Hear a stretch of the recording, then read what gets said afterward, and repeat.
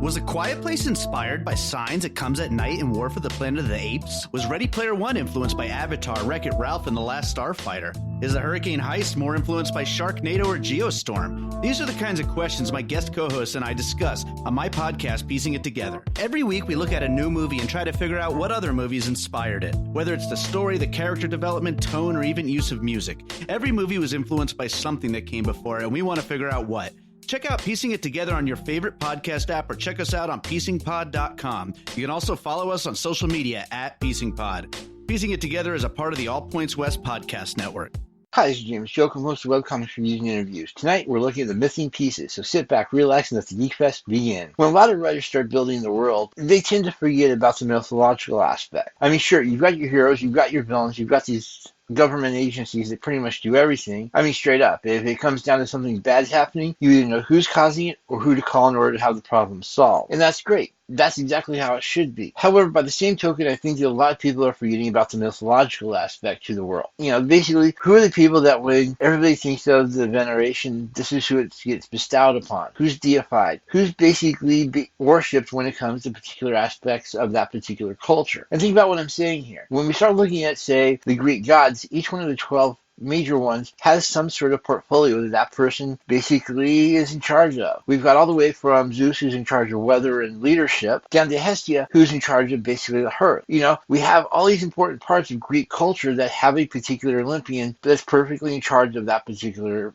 aspect. The thing is, though, is that when we start looking at the modern world, we start noticing that, well, we don't really have people that do that much anymore. I mean, we just don't really have anything that pretty much defines certain things. Yes, we've got heroes, we've got villains, we've got people that basically we look up to in terms of being, well, who we basically want to be or who we don't want to be. But when it comes to your various comic realms, you don't have those examples of people. Sure, you've got people that are on the page that are supposed to be examples of the heroes and deities of that particular age, but it sort of gets a little flat. It's just, you need to have somebody who's defining who those people are. Consider Superman, for example. This is a guy who basically defines everything in terms of, well, basically his two fathers as well as American heroes. From Jor-El, he basically gets his respect for academics as well as intelligence. On the other hand, from Jonathan, he tends to get his respect for, well, shall we say, more diplomatic solutions, as well as basically having a little bit of patience. Both of those two individuals define a huge part of who Superman is. But we're also looking at the various American heroes who also define also aspects of that personality. For example, with George Washington, he tends to learn a little bit of loyalty as well as basically how to be a leader, while from Benjamin Franklin, he gets not only intelligence again, but also clever ways how to do stuff, as well as the importance of being a diplomat behind the scene. The key is that a lot of who Superman is and how he's actually defined as basically the avatar of right is defined by who the people he himself believes in. And I think when we start dealing with comics and we start actually trying to develop our own, well, metaphysical shortcut, we need to basically define who the heroes are and who the deities are that, well, our heroes and deities actually sort of believe in and who base their beliefs on them. That is, by calling them a metaphysical construct, what I'm basically looking at is that when you say that person's name, you're not necessarily calling in that person's themselves. You're actually calling in what that person represents relative to that particular universe. And there's a lot of people that, well, yeah, a lot of the superheroes do become their own metaphysical constructs. You know, if we want to think right, we're going to think Superman. We're going to think justice, Batman, so on and so forth. But at the same time, we need to start looking at who those people believe in themselves, who those people put on the pedestal, and who they basically have defined their values from. More importantly, when we start looking at the culture as a whole, we need to basically figure out who the heroes and the villains are in terms of the cultural aspect. Consider, say, Michael Jordan versus Charles Manson. Yeah, we've got a really great guy who pretty much defines fair play on the basketball court, but he's also a really great guy who's done a lot of charity work as well. This is opposed to Manson, who's basically become synonymous with, well, death and destruction. Even though he did only a few things really when it comes down to it, that impact, that cultural impact of Manson has become so incredibly huge that it's definitely dwarfed the man himself. That is, when it comes down to it, I think that if we are going to be serious about building our worlds up, we need to look at more than just the people we're going to be seeing every day. And let's get real. Yes, we've seen Jonathan Kent. Yes, we've seen Jor-El. But at the same time, these people have been more or less, well, they've been basically in the background more than they have in the foreground. And because shows that they have a much higher, an actual mythological presence than they would if they were basically in that scene every time in terms of an actual representation. Just by being mentioned, we basically know what Superman's referring to when it comes to certain aspects of his own personality and what he gets from that particular person. So with that in mind, we're going to be exploring a lot of that mythology and how to create your own mythology and having a little bit of fun with it. The first thing we need to basically look at is, well, the values of that particular world. This isn't just good versus evil. I mean, that's an obvious stepping off point, but it's definitely not going to be, it's just literally a stepping off, straight up. Good versus evil, while they're important forces and they actually define particular worlds, aren't really all that important in terms of who they actually get represented by. That is, eventually, we're going to have basically the hero and the villain step into those particular roles. And that's fun. That's exactly how it should be. What I'm basically looking at is that you need to basically figure out what the actual values of your particular culture are and to basically have people that actually represent those particular aspects. Again, going back to the big 12 of the Greek, you've got Poseidon, who's basically dealing with the forces of nature, specifically the sea. That's because when it came down to it, the sea was a major force in Greek culture. You also had Ares when it came to war. More importantly, he was more of a tactical war. The person who dealt with melee fighting and the common soldier, as opposed to Athena, who basically was more of a strategist. The Greek culture was so important that when it came down to war, they had to actually split it into two different deities in order to basically do it justice, particularly to that particular culture. Plus, on top of that, you had other people like, for example, the afterlife, represented by Pluto. You had wine, which again was a major aspect of Greek culture, represented by Dionysus. And you even had the hearth, represented by Hestia. All these very aspects were represented by various deities. However, when you're defining your own mythology, you don't have to go all the way up to the god, or for that matter, the monsters, because, again, you start looking at some of the monsters, you start seeing death and destruction being done as major evil forces represented by major characters. The hazards of the sea, for example, were represented by Scylla and Charybdis. It's just straight up. You're going to be seeing a lot of representation of your mythology based on who the people are. And again, you don't have to necessarily go all the way up to the god and demon level. You can just simply have people within the pop culture itself define certain beliefs. The key is you need to basically define what's important to your particular culture and you simply go for it. For example, look at our culture, how often we tend to look at heroes in terms of sport. I mean, straight up, almost everybody that follows some sort of sport has somebody that basically they look up to that defines football or soccer or hockey or whatever, defines it to that particular person, and because that person has become such a synonymous with that particular sport, does that actually define it in terms of other people? If we're looking at track and fields, for example, Usain Bolt is definitely going to be coming up in the conversation. If we're talking about tennis, Billie Jean King.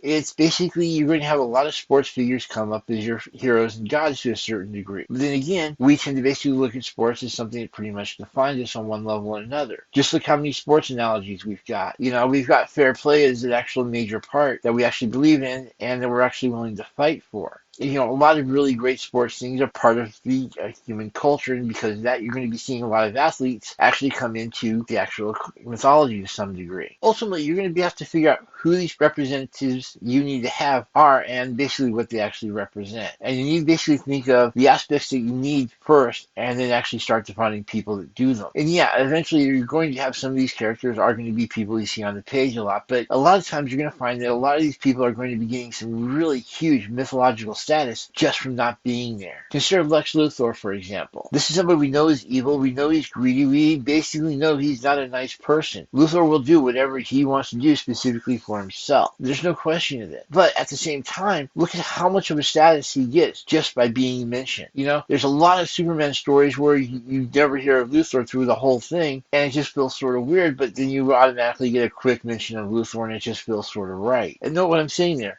Just the bare mention of Luthor is enough to basically cause a little bit of nervousness around everybody. That's sort of cool. That's just showing that Luthor is actually becoming part of the mythology himself. And that's, again, cool. Even though he is going to be somebody who's going to be on the page a lot, at the same time, it works having him basically being good versus evil. And you have to start realizing you can have a little bit of fun in that regard yourself. So definitely don't restrict it to just people that are off panel. Have basically people that you know are going to represent these perfect aspects and just go for it. And just have a lot of fun with it. I mean, don't get too crazy with it. You don't want to have like 17 dozen people that you have to keep track of. Trust me, that's going to be a ridiculous number of note cards alone. But you definitely want to basically have the various important aspects of that particular culture. If you basically have somebody who's going to represent justice and right, and you're going to have people that are going to be representing greed and destruction, that's fine. That pretty much defines your entire situation there. At the same time, you might want to have somebody who's going to be riding away at, riding right at your culture, trying to basically destroy it and take it down. Or you may have people that you basically want to show that they're going to be kind, and you want to have that as an aspect that's important to you. That's great. Figure out what's important to your particular culture, and then start having people that actually represent that in various aspects of those beliefs. And once you figure that out, once you've actually started figuring out what aspects are important to that particular culture, you're going to be seeing that a lot of it starts falling into place. And by figuring out what those aspects are, and by having them actually have representatives, you're going to have a little bit more to your world than if you just simply had the heroes and villains. You know what I mean? So you have all these really great aspects defined. Cool. Now you actually get to start filling in the blanks. You actually get to start assigning who these people actually are. My major suggestions are going to be basically make sure that you have not only some sort of leadership, that is, you actually have some sort of hierarchy when it comes to your various deities, but also make sure that you have certain positions filled. Obviously, you're going to want a trick leader, and you're obviously going to want a trickster. The trickster can either be somebody who's actually trying to tear down society, or somebody who's trying to build it up by exposing its flaws. And in some cases, you have a little bit of both. But at the same, just look at Monkey. This is probably one of the more interesting trickster spirits, and it's the reason why it keeps getting brought up so much. This is a character who, at the same time, he's trying to basically tear down society to a certain degree. At the same time, by tearing it down, he's actually building it up a little bit as well. That is, he's exposing the flaws, specifically, for example, the problem with having deities that basically think themselves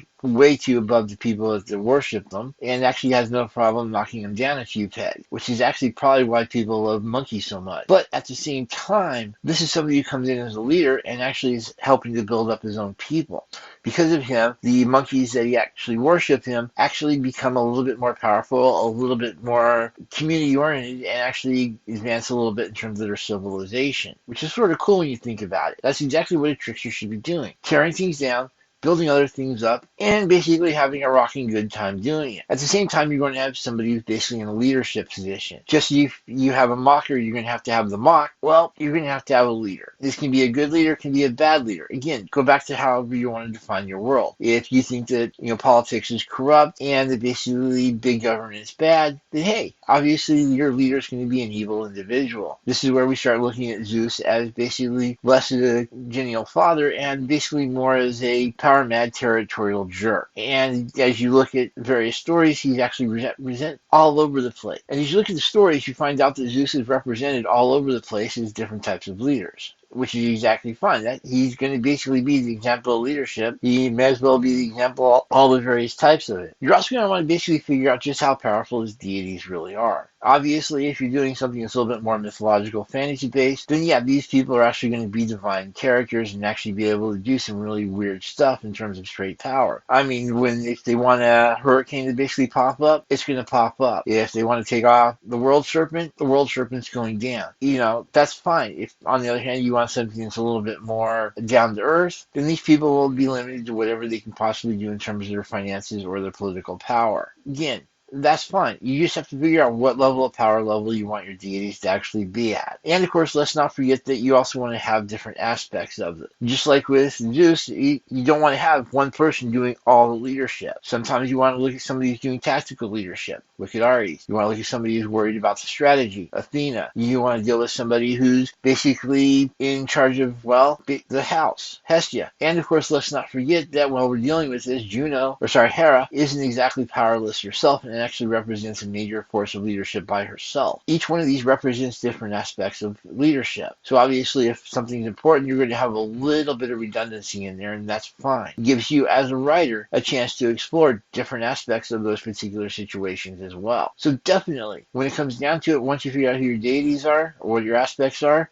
try to figure out who's going to fit those places, try to break them down a little bit so you have a little bit of variety to play around with, and basically make sure you definitely have a leader and you have a trickster. Once those positions are filled, you just have fun with it. You're going to basically find that you're going to have a lot of people that you're going to need. And that's fine. You're going to need celebrity. Sometimes you're going to be able to base them off of real life. Sometimes you're not. Sometimes you're going to make your own. Just figure out what works best for your particular thing and add a couple of layers to it. Of course, if we've got gods, well, we're also going to have monsters. Monsters aren't necessarily being looked at here as the anti-gods. That is, they're not looking at them as anti-aspects of a sort. We're looking at them representing the actual problems of your particular universe. Again, going back to the Greeks, they had a lot of problems with sea travel, so of course they created a lot of monsters that happened to deal with, well, those problems they see at the sea. That worked for them. They also had problems when it came to personalities. They had problems when it came to enemies. So each one of those enemies got represented by a particular monster. These weren't necessarily people that represented anti-values. That is, they may have represented fear, loathing, disgust, and all that, but these weren't necessarily seen in opposition to something else. These were seen in their own entity. At the same time, that's sort of what you need to look at this way as well. For example, if you see politicians being greedy and corrupt, and obviously greedy and corrupt need to be represented in your universe somehow. Consider why the Batman-Joker dichotomy works so well. Both of these people are trying to establish some sort of world order. The difference is, and yeah, I know it's weird to see Joker being represented as an actual world order, but chaos is a form of world order, even if it's pretty much not exactly order. At the same time, you've got Batman who's trying to basically make sure that things are working out the way they should be.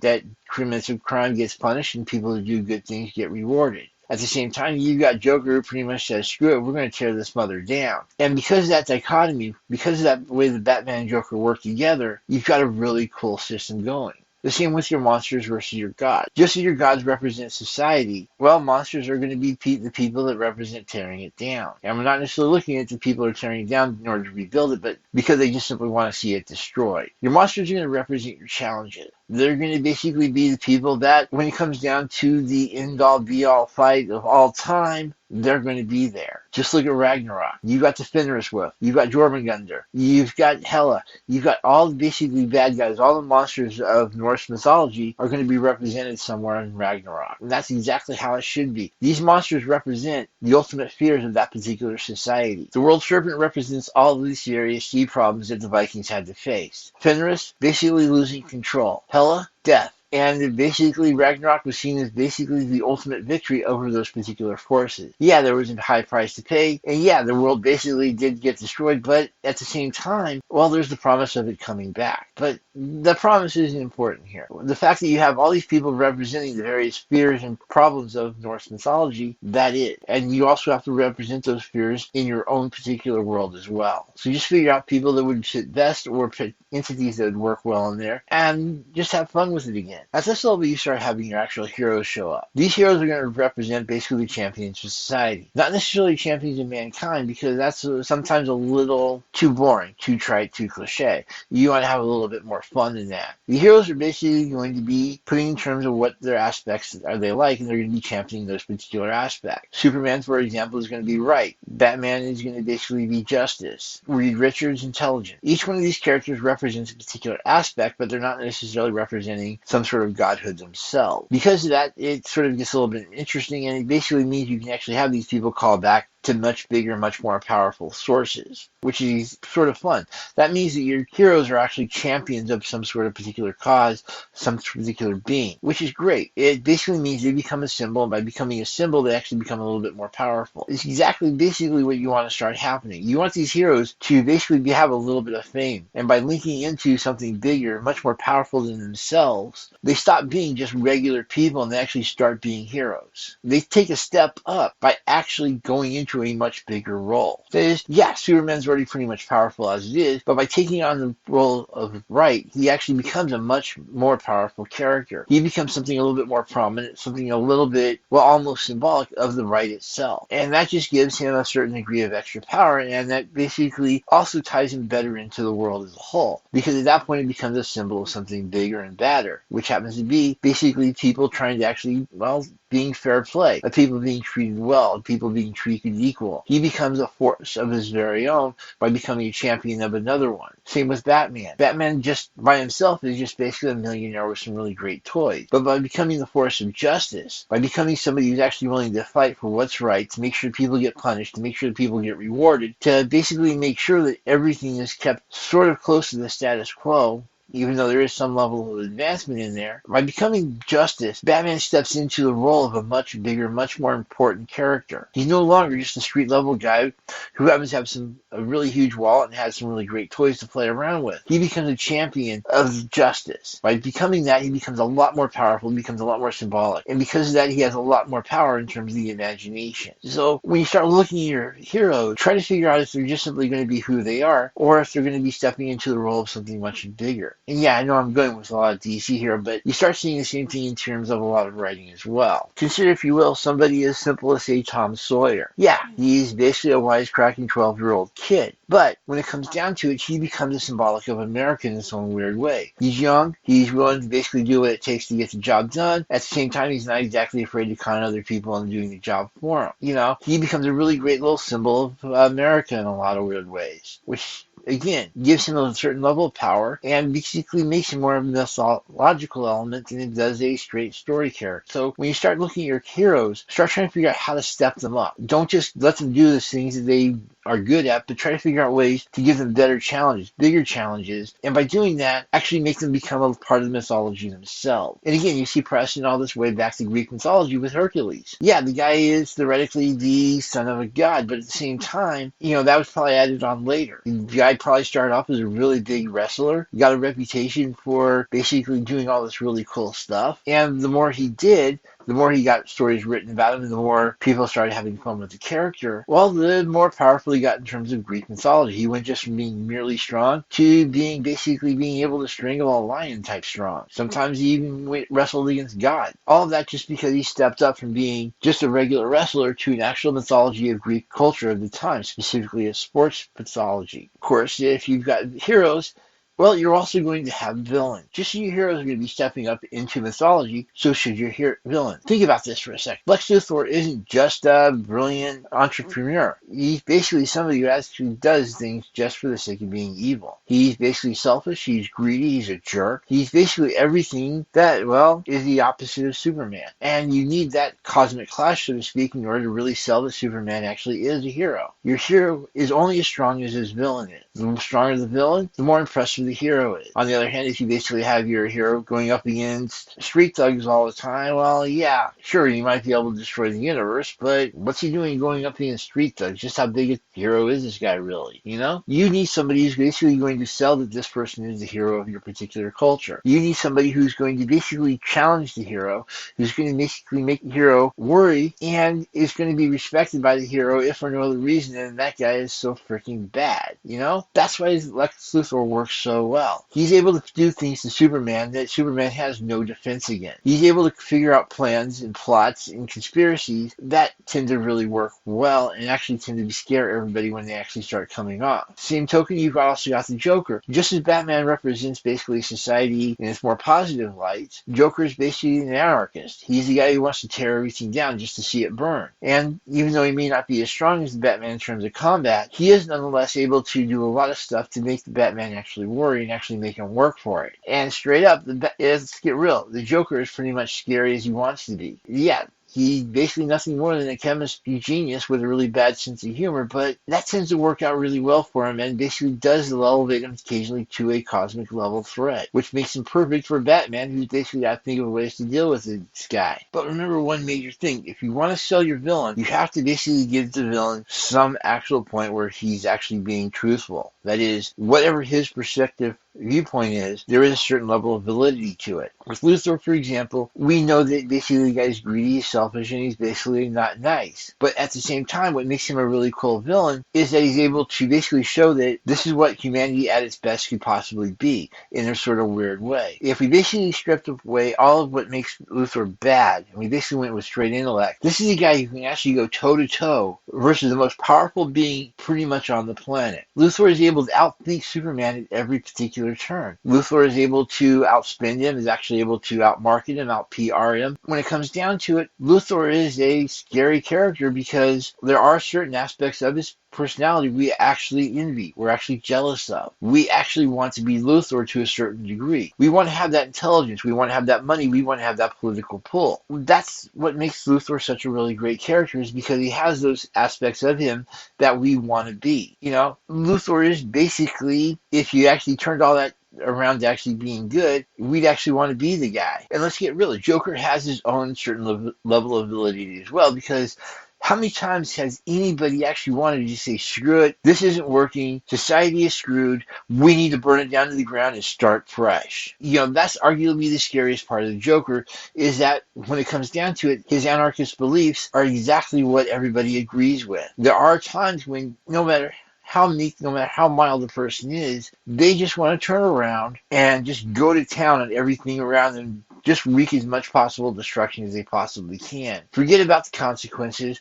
Just get this away from me. Just let it all burn. It's something that we all want to do at some point or another. And because of that basic truth of the Joker, that is that everybody wants to see society burn, well, that gives the Joker his own certain level of power. That takes the Joker from being just somebody who wants to do bad things to an actual mythological element in of himself. So when you start looking at your villains, make sure that there's something that you want to be in that you can actually have a little bit of fun with. I mean, there's a lot of truth to the fact that a lot of villains see themselves as the hero of their particular story. You need to figure out how the villain is the hero in his own story in order to create a much scarier, much badder, much more powerful villain for the hero to go up against. And by creating a much more powerful villain, well, you also create a much more powerful hero as well. And let's get real, you can't beat that. I mean, that just adds a certain level of awesomeness to the stories that you just really, really want. So you need that symbolic edge to that, as well as that basic truth to your villains and your heroes. Once you have that, your heroes and villains are going to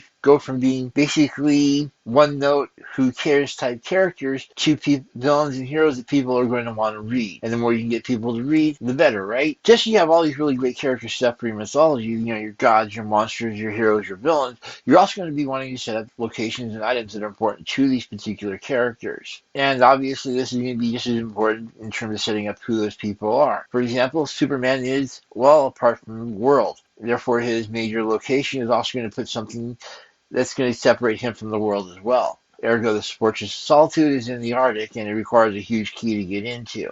Batman, major hero, but at the same time, he has his own little bat cave to play around with. Yeah, you'd think it'd be secretive, but let's get real. Who doesn't know where the bat cave is after a little while, People can be brought in there, people play around in there. It's not really that hard to find. When we start looking at some of your bigger, badder villains, we know that they have their own little bases as well. Lex has his own tower, for example. And, of course, Joker has his own little hideouts that are pretty much all over the place. That's great. That's exactly what you want. You want to have these people set up these really great little hideouts that basically fit that person's personality, so you can have a little bit more fun to it. On top of that, because, well, let's get real, locations are a major aspect of mythology as well. You can't, for example, have the Greek gods without having Mount Olympus, or Tartarus, or Hades, for example. You can't have, well, you basically just need those locations to basically really set up the situation. You can't have Thor without having Asgard. It's just straight up. You need a lot of these really great locations to really sell who these people are. By creating these locations that match the person's viewpoint, you then basically link them further into the very aspects of, well, whatever you're trying to link them into. And it's sort of actually pretty cool. And the same with the villains as well. The Joker, for example, we basically tie in with basically being insane, being a little loopy, wanting to tear things down. And hey, look, 9 times out of 10, you see a Joker place. It's breaking down. It's not a really great place to live in. It basically represents his warped mentality as well. Luthor, on the other hand, has Luthor Tower, which is, well, it works like clockwork. It's brilliant. It looks great. It's very scientifically developed. It's basically exactly how somebody who's in charge and wants to show it off would develop. That location further basically brings out their personalities, which is exactly what you need to do as far as the various items they play with as well. I mean, when it comes down to it, just as the locations tell you a lot about the person, so do the items they tend to accumulate as well. With Superman, for example, we notice that a lot of his items tend to basically be things that are libraries of knowledge, are relics of the past. Basically stuff that reminds him of who he is. That basically keeps him in touch with his humanity. Batman, on the other hand, is rich. He basically has a lot of weapons, and lo and behold, almost all of his items tend to represent that to one degree or another. He's got the best vehicles, he's got the best weapons, stuff he's basically, we would see it's more as a straight tool. He figures out a way to use in this fight against crime. The Bat computer, for example, or pretty much anything involving bats. His utility Well, it's probably the exact epitome of who Batman is. He's always prepared for something, and there's always a trick or two in his utility belt. So that's something that basically defines the character as well. Luthor, well, he's basically got to go up against somebody who's really physically powerful, so of course, he's also got a power suit. And when it comes down to the Joker, well, he's the force of anarchy, and he basically has a lot of deadly practical jokes. The acid squirting flower, the poison squirting flower. Have you noticed how he has a lot of flowers that tend to squirt stuff? But he's also got guns that will basically do the whole, pull with a bang sign at the end, and then that will shoot off and actually kill someone. A deadly practical joke, if you will. His joy buzzers, so on and so forth. The Joker is basically defined as basically figuring out ways to take things that would be really funny normally and make them into deadly jokes. That really works well with his anarchist theme. Note also that a lot of these items tend to take on a lot of mythological import as well. So they actually define and become part of the mythos of those particular characters. So when you start looking at your characters, figure out stuff that, well, would work really well with that character, as well as a way to make a location that exemplifies how that person actually thinks and how that person actually acts. Because you're going to find out that those are nice little symbols and can be used as callbacks in their own. Having a batarang all by itself basically is going to strike fear in the villains if they happen to find it in the right situation. Just a little bit of piece of Batman is enough to scare these guys, as it should be. I mean, you've created Batman as a major mythological element. Even a glimmer of that particular mythology should be enough to remind people that Batman is there, the Batman is watching, be afraid of the Batman. So have some fun with your locations and items. Of course, all these are the big, huge, broad strokes. These are pretty much the mythology everybody in your particular world are going to be aware of. You're also going to need to occasionally set up good old-fashioned local legend. The haunted houses where nobody wants to go to, or the asylum that pretty much everybody's running from. You also want to have wells that basically do really cool things for people, and you want to have areas that are a little bit just simply weird. This is where we come in with your fairy ring. These are, those cute little rings of mushrooms that you happen to find in the middle of the woods that will take you to other places you don't want to sleep in because you may get weird dreams or you may have weird effects placed on you. You definitely don't want to go to areas where the fairies rule. So these are areas where you simply need to come up with a few extra small little local legends that actually add a little bit of flavor to the area. If we were looking at this in terms of video games, we're basically looking at, well, areas that you would be setting up as basically a side quest for later on. I mean, let's get real. If you've got an area where people spend the night over there and they tend to be a little bit faster, then odds are anybody who's a track and field star is going to be spending there. If you have a library that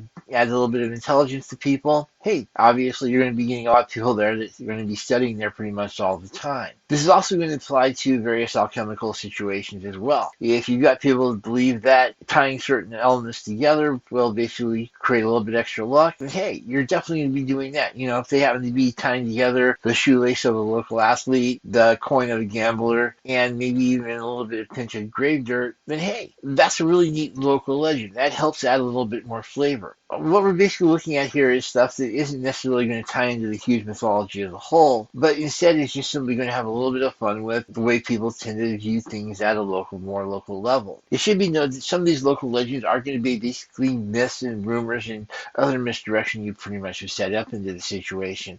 Sometimes they may be clues to bigger mysteries. For example, the theoretical that a local politician is the son of a demon. That may not necessarily pan out, that may be straight exaggeration, but at the same time, wouldn't it be sort of cool if there was a certain level of truthfulness to that situation? That would explain a lot about that particular politician. Little things like that, or places where there's dimension doors, or just here's where you start looking at all the weirdness and have a little bit of it go away from it. If you look at the rest of your story as basically all this really huge, well put together tapestry, well, occasionally you're going to have those areas in that tapestry that are a little bit more worn, a little bit weirder, a little bit more tangled than the rest of the tapestry. In a lot of ways, this is what you need your local legends to be. They may add a little bit more to it. They may just be a little bit weird. They may just add a little bit more flavor to it. That's fine. But you need nonetheless to come up with a few extra little local legends that pretty much no one really believes, but at the same time, people do have a little bit of weight in. Like I said, this is where you get your haunted houses, your dimensional portals, your really weird ancestries, your basically directions for trying to figure out how to solve some really basic problem. That's going to actually tell you a lot more about your people than basically the big, huge gods, monsters, villains, and heroes. This is actually going to start looking at the average person, how that actual person looks at life, and it is basically going to give you a chance to have a little bit of fun. So keep that in mind when it comes to the local legends. You need them just as much as you need your big myths. So there you are. When it comes down to it, don't neglect your mythology. Have something that's a little bit more to your heroes than just simply, well, they're doing all this stuff because they're naturally nice guys. Have them actually stepping into bigger, badder roles. You need your heroes. You need your villains just as much as you need your gods and monsters. A lot of this will add a lot of flavor to your particular universe and just add a certain level of extra mythology to it. Yeah, it can be a little extra work and get really annoying, especially when you try to track a lot of this stuff down. But at the same time, the investment you put in this is definitely going to be worth it later on. This is going to be showing you a lot of really cool stuff. This is going to be showing you just how much fun you can have with your particular universe. More importantly, when it comes down to it, your readers are going to be looking for this kind of stuff because, well, they don't want to read just a regular run-of-the-mill story. They want to read something that has a certain level of depth to it. They want to have something that has some fun to it. They want to have something that, well, people are trying to make into actually a big deal. They don't want to just simply read a regular story. They want to read something that's downright legendary. Have some fun with your mythology, and I think you're going to be finding out that you're going to be a lot more enraptured in your own writing. And this isn't necessarily a bad thing. I mean, when most people tend to get enraptured by their writing, they basically tend to think it's the best thing ever, and this creates some issues. What you're actually trying to do is actually have a little bit of fun with it and make it interesting to you, because a lot of this will also keep you away from, well, worrying about burnout as well. You're always going to have a story this way. You're always going to have something you can explore and something you have a little bit of fun with. You've got these little local legends all over the place that eventually you're going to dot your stories with, and you want to investigate those little stories every so often as well. It's just straight up. By doing this, you not only create a mythology, that is, you not only create a little bit more added dimension to your particular story, but you also create all these really great avenues for you to explore within that story yourself. And that's sort of the definite strength of the mythology going on. You've got all these really weird things going on that you can't really allow for. All of a sudden, you need to figure out ways to basically allow for them. So have some fun with your mythology. Develop it. Create it. And definitely let it breathe some life into your story. If it's just basically hero A going up against villain B, and you've got all the drama that goes along with it, well, your stories just aren't going to be as much fun to a regular reader as somebody who's actually pointing out that the hero is basically the ultimate symbol of the forces of good. The villain is the ultimate symbol of the forces of evil. And they're going at it because they've got all these powers, all these abilities, and you never know exactly what's going to happen. And yeah, sometimes your villains are going to win. You need them to. If you're going to show just how badass your villains are, yeah,